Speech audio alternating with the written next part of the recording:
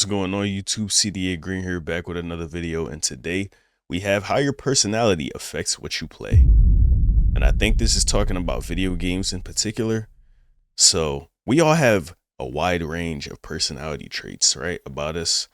There's also many different types of genres of video games. So I feel like if there is some correlation, I wouldn't completely rule it out. And it makes for an interesting video. So that's why we're here, you know what I'm saying, trying to see what this person is talking about. So without further ado, let's get straight to the video. Make sure you like, comment, and subscribe. Appreciate y'all being here and watching. And let's get straight to it.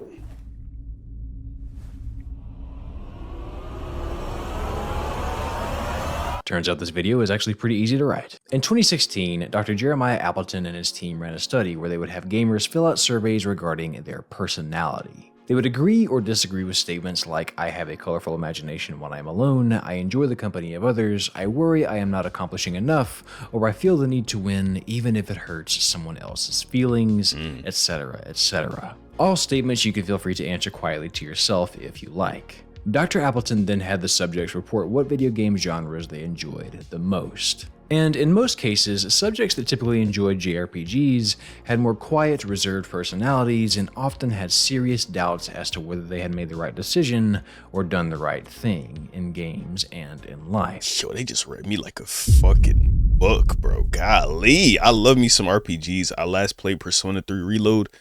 It's really, I don't know, because JRPGs, we all know they have no gameplay. Let's keep it a buck. It's really the story that we're there for.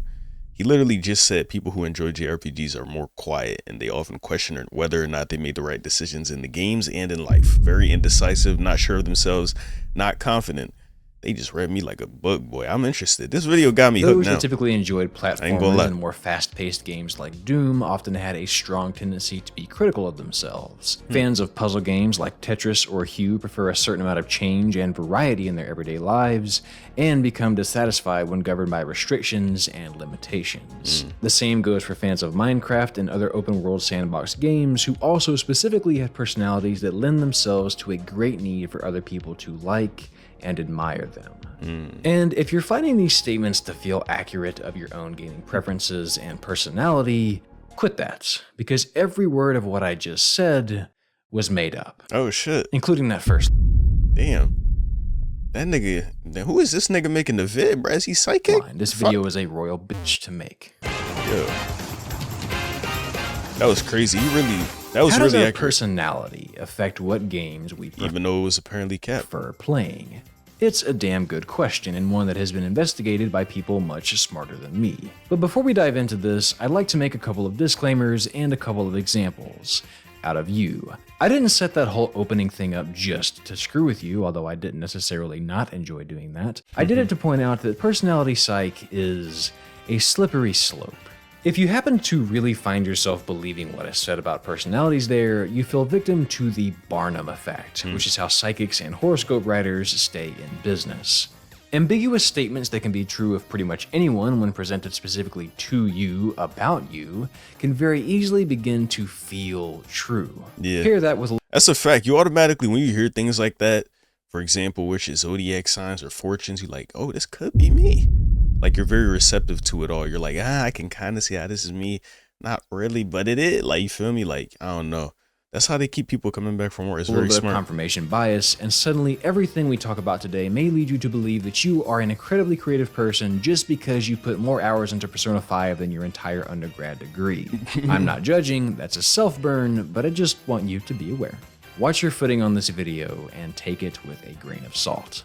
Alright, enough disclaimers. Let's dive into the tremendously fascinating world of personality. One more thing though, sorry. You should know that personality is not the most rock-solid field in psych. There are measures developed to try and capture our personalities, but between the changing of age and the changing of culture around us, who we are is ever shifting. Also, most research tends to be correlational, so what we're talking about today is tendencies and a snapshot of what we think we know, not laws. So again, grain of salt, and its intersection with game preference. If I asked you to give me a breakdown of your favorite types of games to play, you'd probably start by telling me some genres. You might even rattle off some titles. Yep. You put a lot of time into Ghost Runner. Maybe you get cheap thrills and fast-paced games like that in Mirror's Edge. Oh, you and your friends are still playing Animal Crossing. I respect it. You might enjoy the sensation of dunking on your friends, or maybe your dreams are just a little bit too peaceful and you'd like to go out of your way to ruin that whole thing. Maybe you tell me you like getting absorbed in a story like something seen in Xenoblade or Tsushima. Maybe your pants get tighter when you shave off a few seconds of your Portal speedrun, or when you finally unlock that last support for Dorothea. A fellow fan of the opera, I see. No matter your personal syllabus of titles or ways to play said titles, we can measure genre preference. But if I asked you to give me a breakdown of your personality, you'd probably talk in more circles than your buddy trying to get you to invest in Dogecoin. It's hard to get a true read on personality, but psychologists have come up with a few methods. Okay. And the one we'll be using today is the Big 5 personality traits developed by Lewis Goldberg. The Big 5 traits are sort of the most accepted, replicable, and used measure in the world of psych today, and each trait essentially works on a sliding scale, with most people falling somewhere in the middle. Generally, personalities don't sit at the extremes, just closer to one end. Remember, we're ever-changing. We'll dive more deeply into each individual trait as we get to some of the bigger points of the video, but just as an example, openness, to wildly oversimplify it, refers to our willingness and desire to seek out/think about new things. People with high openness tend to be very creative, enjoy trying new things, are extremely curious, and are happy with change. Those with low openness despise change. You won't catch them rearranging their room or changing their schedule much. They don't like new, and they don't like abstract ideas. No cap. That's me right there, man. I ain't gonna lie. My routines be so consistent. I don't like eating before I shower. You know what I mean? I gotta hit the gym before I do any schoolwork. You know what I'm saying? I gotta watch anime only at night for whatever reason it is. I always start my mornings in the bathroom and end up taking way too long in that joint. You know what I'm saying? That sounded crazy. Just because, you know, I got to get all the food out of my system from the past day. Yeah, that's what it is for real. That sounded sarcastic, but that's genuinely what it is. But yeah, my days be so much the same. I eat the same thing for breakfast every day. Just trying new things scares me. I just switched up my new gym.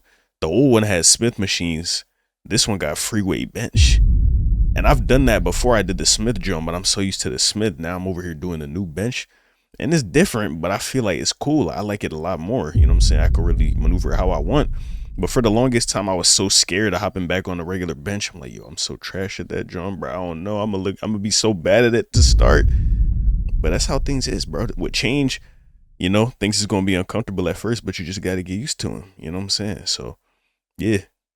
I'm very much a person who does not like change. Or not yet, at least. But that can change too, you know what I'm saying? Yeah, let's go. Conscientiousness sort of deals with how organized you are. Do you pay attention to detail and strategize? Yes, or act on a whim? Agreeableness refers to our interest in others. Are we empathetic and helpful, or are we self-serving and oblivious to others? Neuroticism deals with emotional stability and how you handle stress, and I think you're already familiar with extroversion. At our core, we all land somewhere on each of these 5 scales. Maybe you're pretty low on the extroversion scale, but you are highly agreeable, so you really empathize with people, therefore you might enjoy a good emotional story, but don't care much for partaking in real-world human interaction. As an introvert, I can relate to you. Maybe you're highly conscientious, so you love games where you plan ahead and strategize, but due to your neuroticism, you often get stressed when you have to make a tough decision. Maybe you over-prepare for that mission or get choice paralysis when trying to decide on an outfit or a skill. This is all my speculation, by the way. I'm just trying to give you an idea of how your personality might affect how you approach titles. Luckily, though, we don't have to speculate much. There has been some remarkable work done here by one Dr. Nick Yee of Quantic Foundry.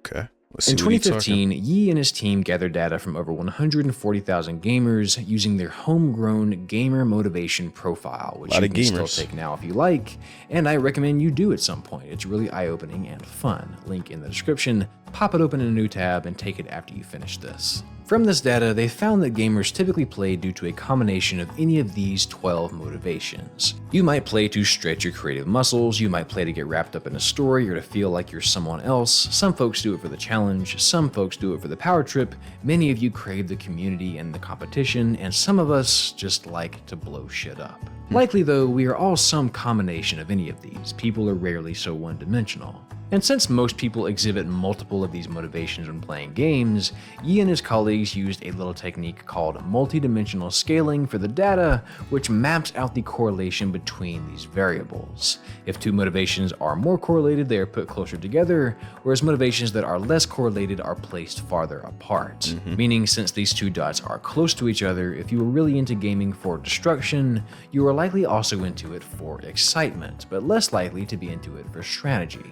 When you take a look at the full map from the data, you can get a better idea of what motivations are related. This joint looks And confusing. you might see that you probably fall into one of these three clusters, or maybe even dip your toes into two of them, which is exactly what Yi and his team noticed. Okay. There were three higher level structures, three primary types of players that most motivation correlations fall under. Action social, which combines the love of fast-paced gameplay with player interaction. Immersion creativity, which combines the interest in stories, player expression, and exploration. And mastery achievement, which mixes the appeal of strategic gameplay, tough challenges, and chasing achievement. The discovery and power motivations are tricky. They don't really fit in just one cluster, and according to Yi, they sort of act as bridges between the three major groups. Meaning, if you identify with the immersion creativity cluster and the mastery achievement cluster, discovery likely really appeals to you.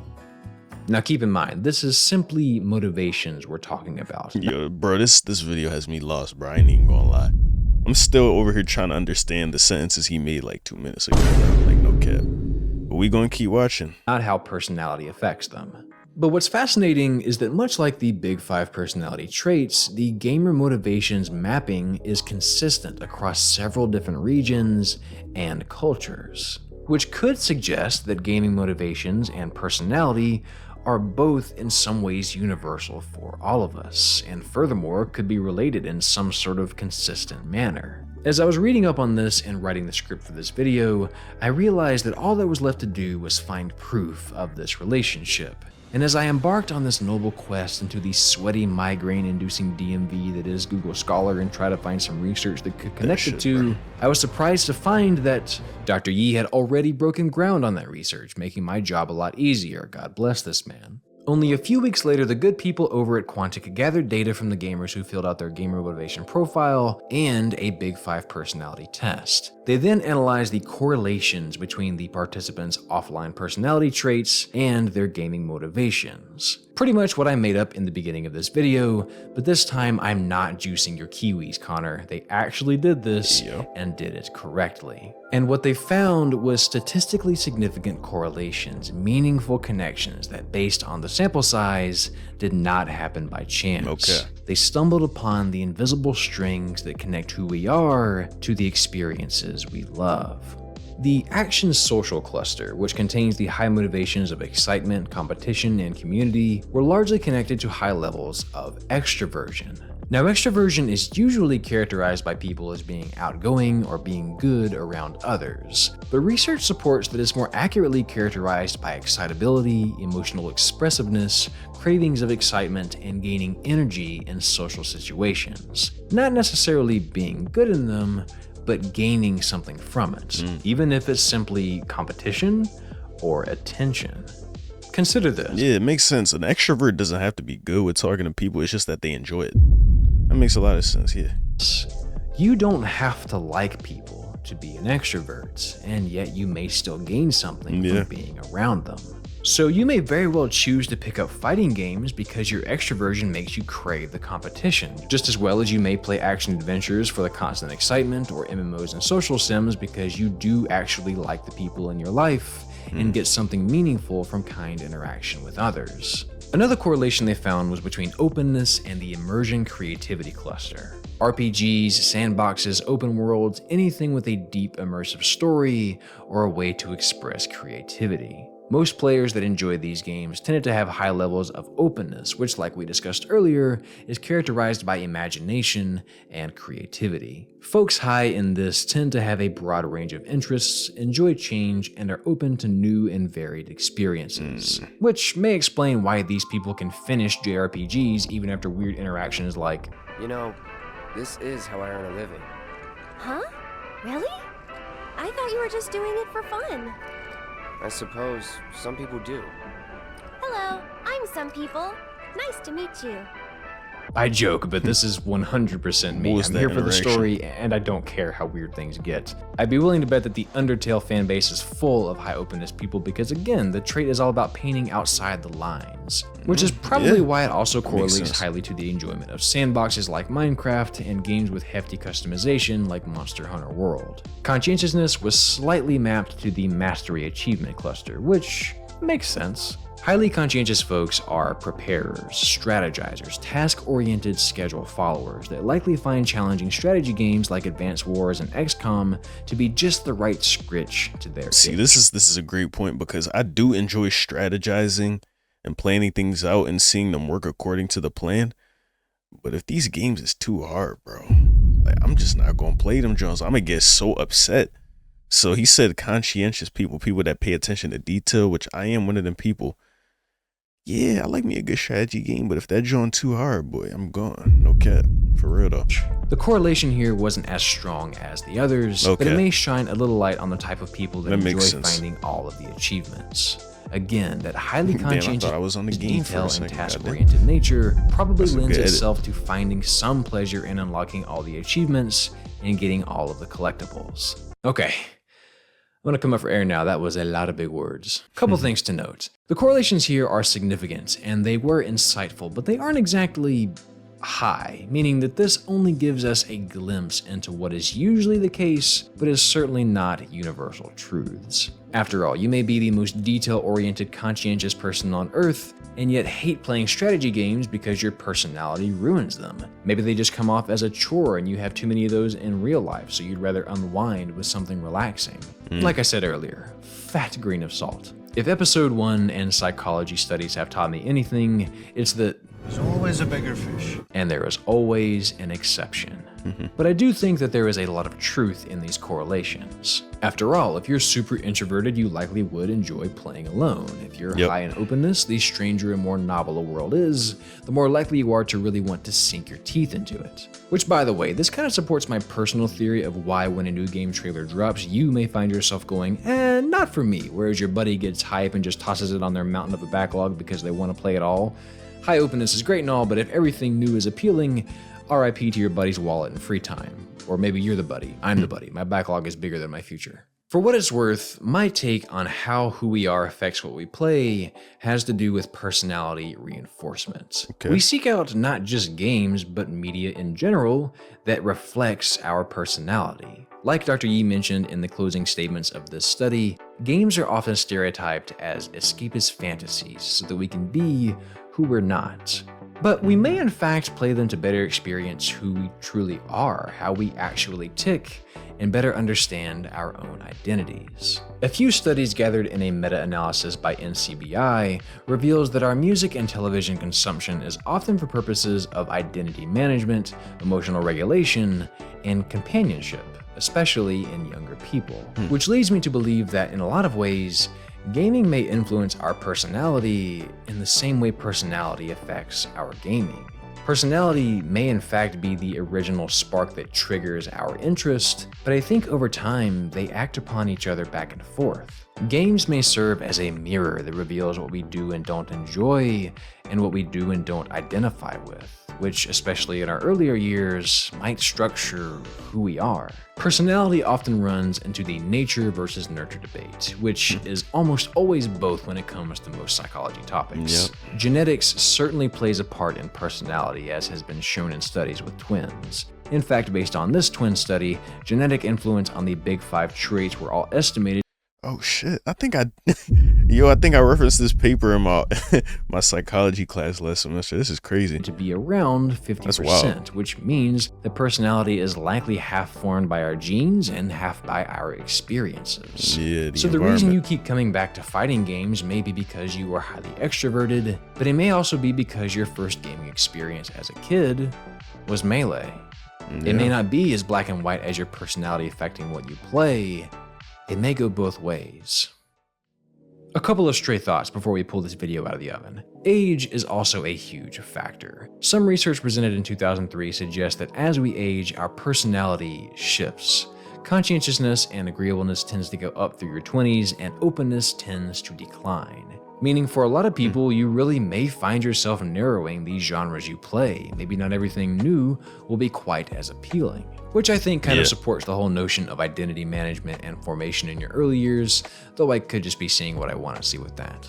There are also other models of gaming motivations than Yee's that you might want to consider. Bartle's player types, for example, plots you as one of 4 different player types, depending on if you tend to be more interested in the world versus other players and acting upon those things or interacting with them.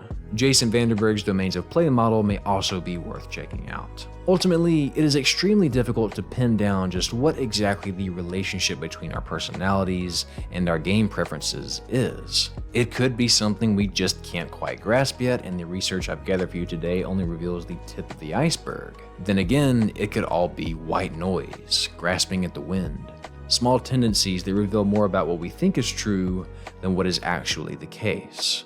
But what it most certainly is delicious food for thought. If you take away anything from this video, know that there is no right or wrong personality type, just like there is no right or wrong game preference. We're all different and all seek what fulfills us. Above all, I hope that this research encourages you to make a diligent effort to understand your personality and not try to correct it. It's often said that you should just be yourself, but I know from experience that's not such a simple task. I think a better piece of advice would be get to know yourself. Okay. Take the time to learn who you are, pay attention to what makes you smile, and don't be ashamed of it. Games have always helped me do that, and regardless of how your personality truly affects what you play, I think as long as you're enjoying yourself, it doesn't really matter, does it? That's hard.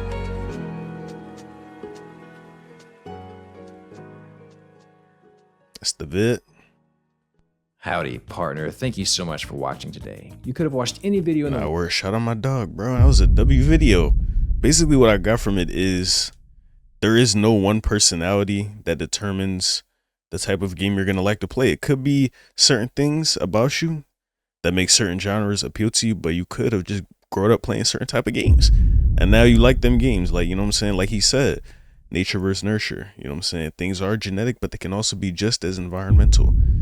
People are always changing. As you get older, your interests change, your values change, all that stuff. So personality might have something to do with it, but you know what I'm saying? Not that much, not that crazy.